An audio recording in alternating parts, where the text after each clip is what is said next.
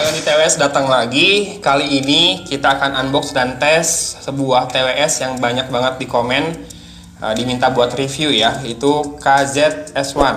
KZ ini Knowledge Zenith bukan sih? Nggak disebutin soalnya di kardusnya ini, nggak ada tulisannya Knowledge Zenith lagi, cuma KZ doang. Dan ini support codec AAC ya, Advanced Audio Coding, Customized Small Steel Gun Dynamic Unit plus High Frequency Balance Armature, showing high reduction and separation of sound detail. Menjanjikan ya kalau baca ya, tapi nanti kita coba. Dan ini Bluetooth-nya 5.0 dengan new generation of low latency game mode, realize almost no delay sound synchronization. Hampir tidak ada delay ya. Nah ini bener nih, brand sebagus ini masih jujur, almost no delay. Jadi dia tetap mengakui ada delay, tapi sedikit banget, karena memang nggak ada delay di true wireless stereo earphone seperti ini ya. Kemudian kita lihat lagi yang terakhir, the ergonomically designed smooth outer cavity lines, focus on improving visual appeal and wearing comfort.